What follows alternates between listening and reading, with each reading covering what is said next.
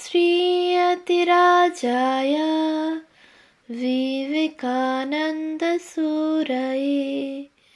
सच्चित्सुखस्वरूपाय स्वामिने तापहारिणे।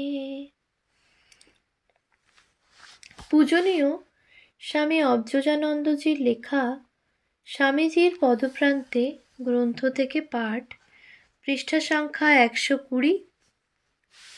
স্বামী বিরজানন্দ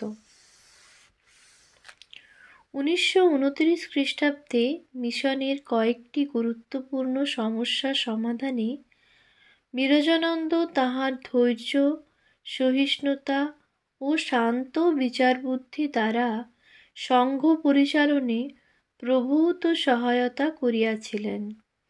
মঠ ও মিশনের তৎকালীন সাধারণ সম্পাদক শুদ্ধানন্দজির পাশে পাশে থাকিয়া তিনি তাঁহার কর্মভার অনেকাংশে লাঘব করিতে সক্ষম হইয়াছিলেন।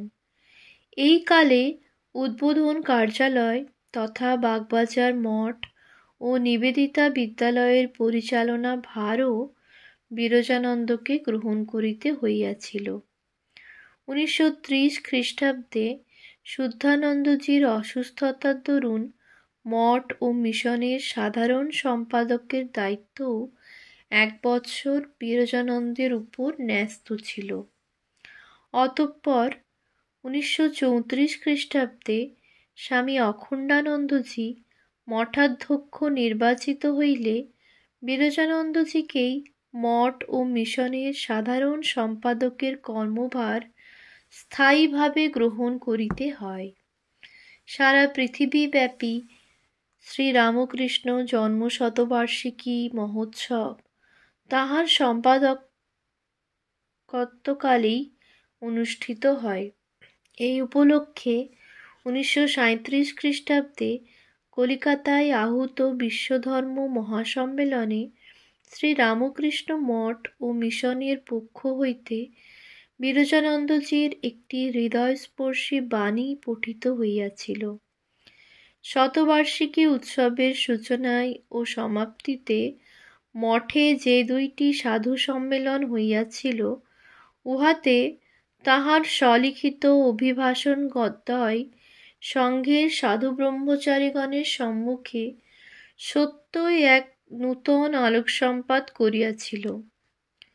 সম্পাদক রূপেও বিরজানন্দজির ভাবমূর্তিখানি সংঘের ইতিহাসে চিরদিন উজ্জ্বল হইয়া রহিবে। নবীন প্রাচীন প্রত্যেক সাধু ও ব্রহ্মচারীকে যেরূপ সম্প্রীতি ও স্নেহে তিনি দেখিতেন, সকলের প্রতি তাঁহার যে অসামান্য দায়িত্ব বোধ প্রকাশ পাইত, তাহা এই বৃহৎ ধর্মসংঘের প্রশাসনিক ক্ষেত্রেও সর্বকালের আদর্শ। মঠের ইদানীংকালের প্রাচীনদের ব্যক্তিগত স্মৃতিচারণার মধ্যে ইহা মাঝে মাঝেই ব্যক্ত হয়, যেমন জনৈক বর্ষীয়ান সন্ন্যাসীর উক্তি: পূজনীয় কালীকৃষ্ণ মহারাজ আমাকে একবার যেভাবে রক্ষা করেছেন তা আমি জীবনে ভুলতে পারব না। এখনো মনে পড়ে, এখনো মনে হলে চোখে জল আসে। কি ছিল তাঁর ভালোবাসা! ছোট বড় সকলের প্রতি কি সহানুভূতি! আজকাল অমন ভাব আর দেখা যাবে না, চিন্তাও করা যাবে না। তিনি তখন মঠ মিশনের সেক্রেটারি, আমি কাশী সেবাশ্রমের ব্রহ্মচারী। বাবার অসুখের খবর, পরপর 3টে টেলিগ্রাম এসেছে। আমাকে একবার চোখের দেখা দেখতে চান। আমার বাবাও ছিলেন পূজনীয় মহাপুরুষ মহারাজজির আশ্রিত, খুব ভক্ত। যা হোক, কাশী থেকে আমার ছুটি তো মিলল, কিন্তু অন্য এক দারুণ সমস্যা দেখা দিল।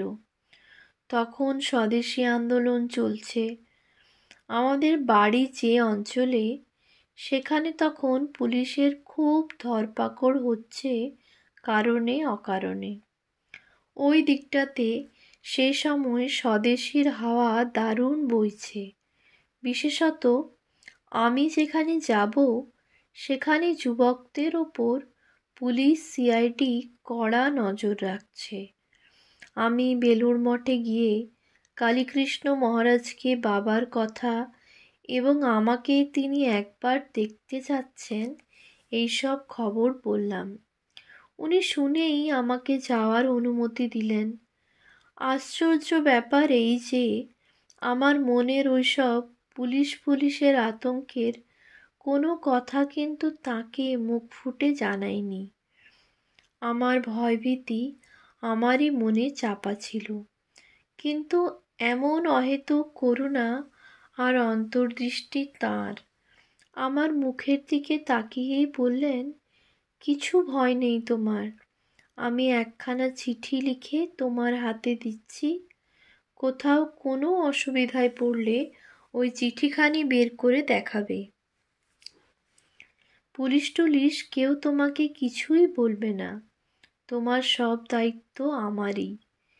এই কথা বলেই তিনি নিজ হাতে খচখচ করে এমন সুন্দর একখানা চিঠি লিখে আমার হাতে দিলেন যে আমি তো সেই চিঠি পড়ে অবাক হয়ে গেলাম। লিখেছিলেন, এই ছেলের সম্বন্ধে কোথাও কেউ যদি কোনো রকম অভিযোগ পান বা কোনো দোষ দেখা যায়, তাহলে যেন তা বেলুড় মঠে তাঁকেই জানানো হয়। এই ছেলের ব্যাপারে সব দায়িত্ব তাঁর নিজের। ছেলেটিকে যেন কোথাও কোনোভাবে অসুবিধেই না ফেলা হয়, ইত্যাদি। বাস্তবিক মহারাজের ওই চিঠিই আমাকে বাঁচিয়েছিল। 3-4 বার সিআইডি লেগেছিল, পিছনে বাড়ি পর্যন্ত ধাওয়া করেছিল। মহারাজের ওই চিঠি তাদের কাছে দেখানোতে আর আমার কোনো বিপদ হয়নি। অপর একজন প্রবীণ সাধুর প্রাসঙ্গিক মন্তব্য। কালীকৃষ্ণ মহারাজের একটা টেকনিক ব্যবহার রীতি ছিল। সরাসরি করো না বা করো কিছু বলতেন না। খুব মিষ্টি কথায় বলে দিতেন কি অসুবিধা। চিঠিতেও ওই রকম। 1938 খ্রিস্টাব্দে তিনি মঠ ও মিশনের সহকারী অধ্যক্ষ মনোনীত হইয়াছিলেন। কিন্তু ওই বৎসরেই 23শে অক্টোবর স্বামী শুদ্ধানন্দজির তিরোধান হইলে সংঘ পরিচালকগণ সমবেতভাবে এবং ব্যক্তিগতভাবে বিরজানন্দকেই সংঘের নেতৃত্বভার গ্রহণ করিবার জন্য বারবার আকুল আহ্বান জানাইতে থাকিলে তিনি প্রত্যাখ্যান করিতে পারেন নাই। শ্যামলাতাল হইতে তিনি মঠাধীশরূপে 11ই ডিসেম্বর বেলুড় মঠে পদার্পণ করেন। স্বামী বিরজানন্দজিকে জীবনের শেষ 12 বৎসর রামকৃষ্ণ মঠ ও রামকৃষ্ণ মিশনের সর্বাধ্যক্ষের দায়িত্বপূর্ণ পদে আসীন থাকিতে হইয়াছিল। অসংখ্য কর্মব্যস্ততা, সমগ্র সংঘের বহুতর সমস্যারাশি, অগণিত অধ্যাত্ম জিজ্ঞাসুর নানাবিধ ধর্ম জিজ্ঞাসা এবং নিজের দৈহিক অসুস্থতা, বার্ধক্যে ইত্যাদি কোনো কিছুই তাহার অত্যাশ্চর্য প্রশান্ত স্বভাবকে এক দিনের জন্য বিচলিত করিতে পারে নাই। তপস্যা ও কর্মের একটি মাধুর্যময় সমন্বয় বিরজানন্দজির জীবনে ফুটিয়া উঠিয়াছিল। তাহার অধ্যক্ষতাকালে ভারতবর্ষের তথা সমগ্র পৃথিবীর উপর দিয়া রাষ্ট্রনৈতিক, সামাজিক, অর্থনৈতিক ও সাম্প্রদায়িক ঝঞ্ঝা যেভাবে বারবার প্রবাহিত হইয়াছে, তাহাতে সেইকালে তাহার ন্যায় স্থিতধী পুরুষের অধিনায়কত্ব রামকৃষ্ণ সংঘের পক্ষে সত্যই শ্রী ভগবানের আশীর্বাদ স্বরূপ।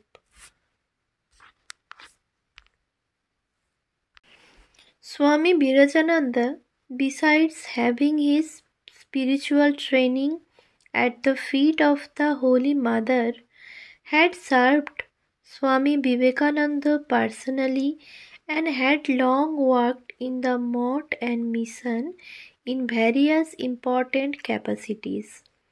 All these qualifications marked him out as an outstanding personality. As a matter of fact, he proved to be a most successful president whom God spared sufficiently long to leave his impress on the organization and all its members, as also on innumerable lay devotees whom he initiated. He lived till 1951, though the first half of his regime was full of calamities due to war, starvation, and political instability.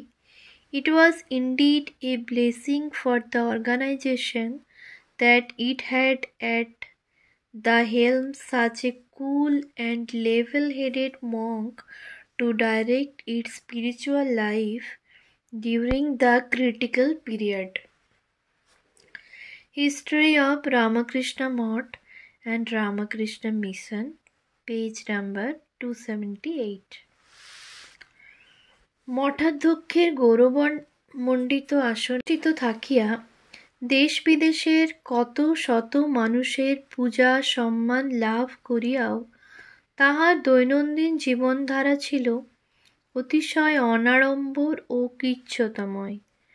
গাম্ভীর্যপূর্ণ মধুরতা, পৌরুষব্যঞ্জক ব্যক্তিত্ব এবং ধীর প্রশান্ত নিরভিমানতা ছিল বিরজানন্দজির চারিত্রিক বৈশিষ্ট্য।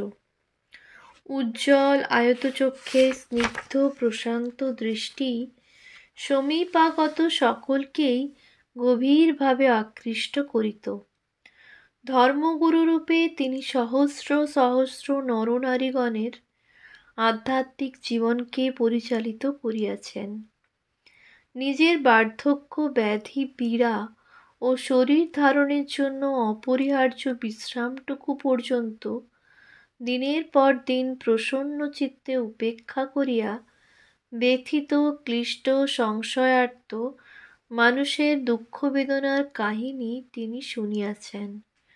তাহাদিগকে যথার্থ পারিমার্থিক শান্তির পথে অনুপ্রেরণা যোগাইয়াছেন। কিন্তু আশ্চর্য এই যে গুরুর অভিমান তাহার জীবনে এক তিলও স্থান পায় নাই। তিনি বলিতেন, আসল গুরু সচ্চিদানন্দ, তিনি অন্তরে রয়েছেন। তিনি শুদ্ধ বুদ্ধিরূপে প্রকাশিত হয়ে সাধককে শ্রেয়ের পথে সর্বদা চালিত করছেন। তিনি শুদ্ধ বুদ্ধিরূপে প্রকাশিত হয়ে সাধককে দিয়ে যখন যেটি দরকার করিয়ে নেন।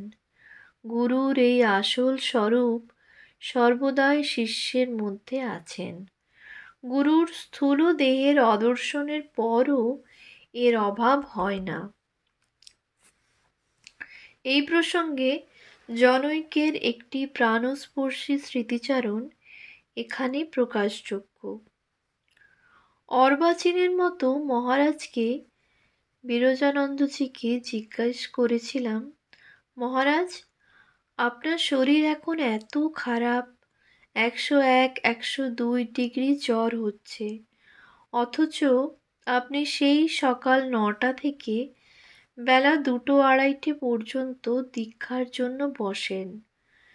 এত স্ট্রেন করা ঠিক হচ্ছে না।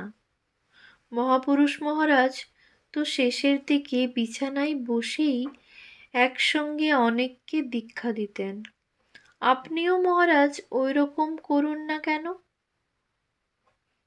আমার এই কথা শুনে তিনি হেসে উত্তর দিলেন, ঠাকুর এই শরীরটাকে দিয়ে যাকে এবং যে কজনকে যেটুকু কৃপা করবেন তা তো আমাকে করতেই হবে রে বাপু।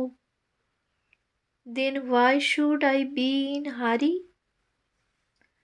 সংঘনায়ক বিরজানন্দজি ভারতের এক প্রান্ত হইতে অন্য প্রান্ত পর্যন্ত কয়েকবার পরিভ্রমণ করিয়া শ্রীরামকৃষ্ণ বিবেকানন্দের বার্তাকে লোকের ঘরে পৌঁছাইয়া দিয়েছেন।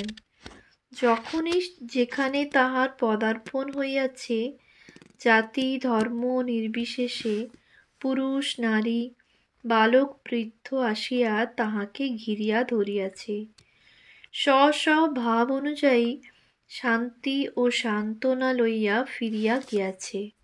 নিজের মুক্তি যদি খুঁজিস তো নিশ্চয়ই জাহান্নামে যাবি, আর অপরের মুক্তির জন্য যদি কাজ করিস তবে এখনই মুক্ত হয়ে যাবি। শ্রী গুরুর এই আদেশ বোধ হয় বিরজানন্দজির হৃদয়কন্দরে অনুক্ষণ প্রতিধ্বনিত হইত। পরার্থ ব্রত তাই এমন উজ্জ্বলভাবে তাহার মধ্যে মূর্তি পরিগ্রহ করিয়াছিল। তাহার নেতৃত্বকালে রামকৃষ্ণ সংঘের বহুল পরিবিস্তারই ইহার ঐতিহাসিক সাক্ষ্য। সংঘাধ্যক্ষ হইবার কিছুকাল পর হইতেই বিরজানন্দজির হৃদরোগ এবং যকৃতের পীড়া দেখা দেয়, অথচ কর্মের বিরাম ছিল না। মঠ মিশনের নানা দায়িত্বপূর্ণ বিষয়ে নিয়োজিত থাকিলেও সংঘ পরিচালনের বহুবিধ খুঁটিনাটি ব্যাপারেও তাহার সতর্ক সক্রিয় দৃষ্টি সর্বদাই জাগরূক থাকিত। সন্ন্যাসী ব্রহ্মচারীগণের আধ্যাত্মিক জীবন গঠনেও সংঘনায়ক বিরজানন্দজির ছিল ঐকান্তিক লক্ষ্য। তাহার নিরভিমান নেতৃত্বের এক অতি আশ্চর্য আকর্ষণ ছিল। সংঘগুরু হইয়াও সকল সন্ন্যাসী সেবকের শ্রেষ্ঠ সেবক বলিয়া নিজেকে পরিচয় দিতে তাহার যে গৌরববোধ ছিল তাহা সত্যই অনন্য সাধারণ। নিজেরই সন্ন্যাসী শিষ্যদের ইংরেজিতে উপদেশ প্রদানকালে তাহাকে বলিতে শোনা গিয়াছে, "As the chief monastic servant of the monastic servants who compose our Sangha, I am bound by love, no less duty bound, to serve you all, however physically incapacitated I may be, to the last breath of my life." মর্মস্পর্শী এই কথাগুলির মধ্যে বিবেকানন্দ শিষ্য বিরজানন্দের একটি মনোরম আলেখ্য সুন্দর পরিস্ফুট হইয়াছে। শ্রী গুরুর আদেশ অক্ষরে অক্ষরে পালন করাই ছিল বিরজানন্দজির জীবনব্রত। তাই উত্তর জীবনে তাহার প্রতি পদক্ষেপে প্রত্যেক বাক্যে যেন স্বামীজির আদেশ ও ইচ্ছাকে পূর্ণ রূপ দিবার দৃঢ় প্রতিশ্রুতি অভিব্যক্ত হইত। স্বামীজি প্রকল্পিত সংঘের কর্মধারার তিনি ছিলেন অন্যতম শ্রেষ্ঠ ধারক ও বাহক। স্বামীজির ধ্যানের ভারত বুঝি তাহারও ধ্যানে ধরা দিয়াছিল। ভারতের আধ্যাত্মিক পুনর্জাগরণের উপরই সমগ্র বিশ্বের মুক্তি নির্ভর করিতেছে। The salvation of the world depends on the regeneration of India. স্বামীজির এই বাণীকে তিনি ভারতের সর্বত্র বহন করিয়া ফিরিয়াছেন। শ্রী গুরুর আশা আকাঙ্ক্ষা তাহার মানুষ চক্ষে যেন বাস্তব রূপ ধারণ করিত। স্বামীজির শতজন্ম বার্ষিকী স্মরণে বেলুড়ে আজ যে বিবেকানন্দ বিশ্ববিদ্যালয় সংস্থাপনের প্রয়াস চলিতেছে, প্রসঙ্গক্রমে স্মরণীয় যে এই বিশ্ববিদ্যালয়ের কল্পনাও বহুদিন পূর্বে বিরজানন্দজি একটি বক্তৃতায় বলিয়াছিলেন, "I am sanguine enough to hope that before long my beloved master's dream of a rejuvenated India will be fulfilled.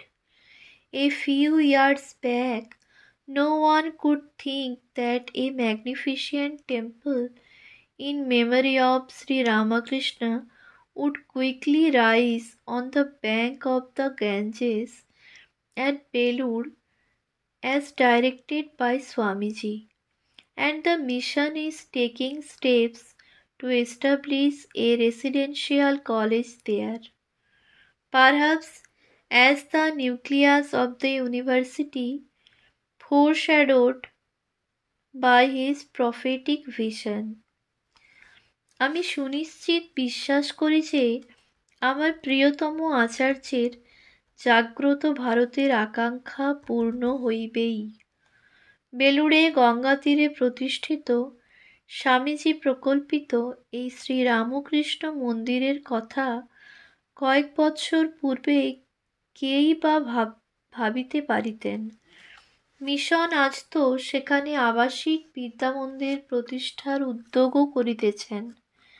সম্ভবত দ্রষ্টা আচার্যের ভাবোদ্দৃষ্ট বিশ্ববিদ্যালয়েরই কেন্দ্ররূপে। প্রসঙ্গত স্মরণীয় যে বেলুড়ে বিদ্যামন্দির তথা সারদাপীঠ নামে যে সুবৃহৎ শিক্ষাতীর্থ রামকৃষ্ণ মিশন কর্তৃক পরিচালিত হইতেছে, উহার ভিত্তিমূলে যাহাদের সক্রিয় আশীর্বাদ অভিসিঞ্চিত বিবেকানন্দ সহচর বিরজানন্দ তাহাদের অন্যতম। অন্যতম কেন, প্রধানতমই। স্বামীজির শিষ্যা মিস জোসেফিন ম্যাকলাউডের নামও এখানে কৃতজ্ঞ চিত্তে উল্লেখ করা খুবই প্রাসঙ্গিক। স্বামীজির ভাবাদর্শে রামকৃষ্ণ মিশনের এই বিপুল শিক্ষা উদ্যোগ, যাহার কর্মনৈপুণ্যে ও সাধনায় বাস্তব রূপ লইতে পারিয়াছে, বিরজানন্দজির অফুরন্ত উৎসাহ দান ও প্রেরণায় তাহাকে এই কর্মের শক্তি যোগাইয়াছে। বিরজানন্দজি প্রায়ই বলিতেন, উপেনের ঘাড়ে স্বামীজি চেপেছেন। প্রায় প্রত্যেক চিঠিতেই বিরজানন্দজি তাহাকে অনুপ্রেরণা দিয়া আসিয়াছেন, তুমি যে কলেজের জন্য এত চেষ্টা করিতেছ, ইহা দেখিয়া আমি খুবই প্রীতিলাভ করি। এখন শ্রী শ্রী ঠাকুর স্বামীজির ইচ্ছায় কাজটি দাঁড়াইয়া যাইত সকলেরই আনন্দ। 1940 খ্রিস্টাব্দের 31শে জানুয়ারি স্বামীজির পূর্ণ আবির্ভাব তিথিতে মঠাধীশ বিরজানন্দজির করস্পর্শ মাথায় লইয়াই রামকৃষ্ণ মিশনের সর্বপ্রথম কলেজ বিদ্যামন্দির উহার ভিত্তিগর্ভে আসিয়া প্রথম দাঁড়াইয়াছিল। পরে 1941-এর 4 জুলাই স্বামীজির মহাপ্রয়াণ দিবসে এই প্রতিষ্ঠানের কার্যারম্ভ হয়। তখনও শ্যামলাতাল হইতে বিরজানন্দজির আশীর্বাণী তার বার্তায় আসিয়াছিল, craving Thakur's and Swamiji's grace and blessing for its brilliant success with my prayers। ইহার উজ্জ্বল সফলতার জন্য ঠাকুর ও স্বামীজির কৃপা ও আশীর্বাদ বর্ষিত হোক। আমার প্রার্থনাও এই সঙ্গে যুক্ত থাকিল। ওম শান্তি শান্তি শান্তি। হরি ওম তৎসৎ। শ্রীরামকৃষ্ণার্পণমস্তু।